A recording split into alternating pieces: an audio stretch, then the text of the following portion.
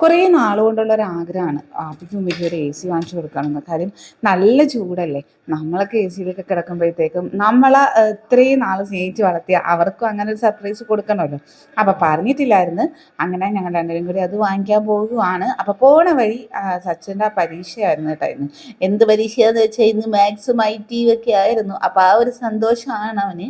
Maths ആ രണ്ട് വിഷയവും ഭയങ്കര, കമ്പ്യൂട്ടർ കൂടെ ആകുമ്പോഴത്തേക്കും പ്രത്യേകിച്ച്. പിന്നെ വീട്ടിൽ സ്വർണം വെച്ചിട്ട് എന്തിനാ നാട്ടിൽ കഴിഞ്ഞ് നടപ്പുമെന്ന് പറയുന്ന കണക്കാ. KSFയിൽ സ്വർണം വെച്ചിട്ടുണ്ടായിരുന്നു, അതെടുക്കാൻ പോയി.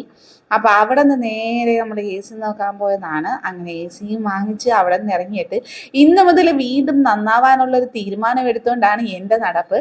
അപ്പം ഞാൻ കരുതി ഒരു ചലഞ്ച് കൂടെ, ഒരു സീസൺ 4 കൂടി നമുക്കൊന്ന് ആരംഭിച്ചാലോ.